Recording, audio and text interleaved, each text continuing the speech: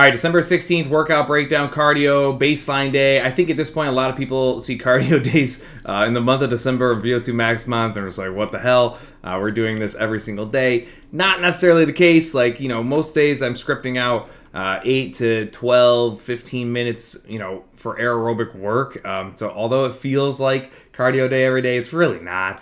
So this class is definitely dedicated to that. But I did take that into consideration. But you are starting with the 800 meter run. And 800 meter run is one of those baselines, those distances that is like just long enough to be irritating, right? Like, you can't sprint it. You got to have a little bit of strategy and pacing involved. You could try to sprint it. I don't know that it'd go well. But you know what I mean. We haven't done it in a while. It fits the mold kind of perfectly for what we're doing this month. So I had to put this in here, play catch up a little bit on this particular baseline among a couple others this month. But 800 meters in terms of the approach. And I would tell most people to approach this like a negative. Meaning like every 200 or every 250, or maybe the first 400, second 400. That's probably a little bit long in terms of negatives. But set yourself a mark where you're trying to get quicker as you go, ultimately finishing the final, leg or whatever it is split you want to break this up in, as aggressively as humanly possible. But leaving yourself the door to some flexibility, which again, if you were to do like 200s, like, 200 meter mark, you speed up, the 400 meter mark, you speed up a little bit again, 600 meter mark, you just take off, and it's kind of like everything you got for the final 200 to give you the best opportunity to, again, record your best time, but also like kind of like a scapegoat if things aren't going well.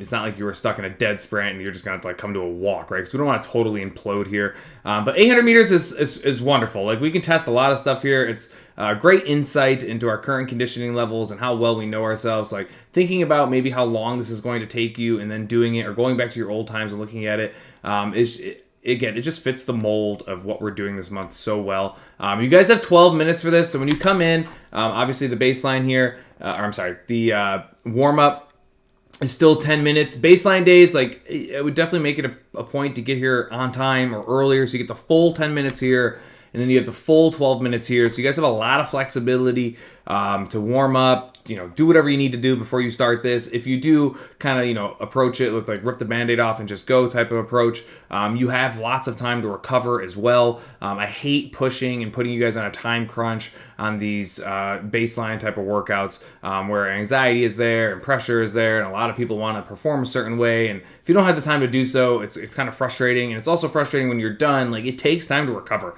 from workouts that are this level of explosive. So try to give you as much time as I can. You got lots of flexibility here in the 12 minutes.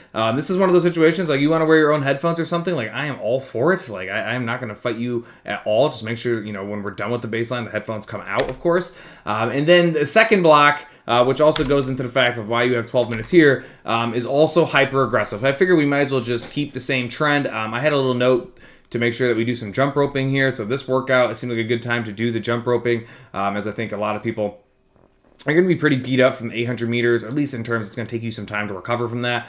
So 2 minutes on, 2 minutes off. We haven't done a structure like this in a while. I love these structures. I love the ones where we have like a 1-to-1 work to rest ratio, and I know that I can just go full tilt, knowing that I have, a nice long recovery immediately following. So this gives you an opportunity it's not necessarily ceiling work because we're not working on anything specifically, but we do this kind of stuff all the time, and this is ceiling training in general, where you're working on your highest clip of output, knowing that you have a large chunk of recovery. We've just never really talked about in terms of the titling, the ceiling, and the floor. But again, fits perfectly for what we're doing this month. One group's going to be resting, one group's going to be going. In Group A, you guys 2 minutes, 8 and 10 calories bike, female, male. Body weight front lunges. I did not want to add weight to that. I want you to solely focus on output and pace and speed and being aggressive as you can be at an individual level. Jump rope, 50 or 30 singles and double unders, which again, everybody should finish those first 3 with some time to spare. And then as many belly burpees as you can do with the remaining 2 minutes. So you'll use the entirety of the 2 minutes.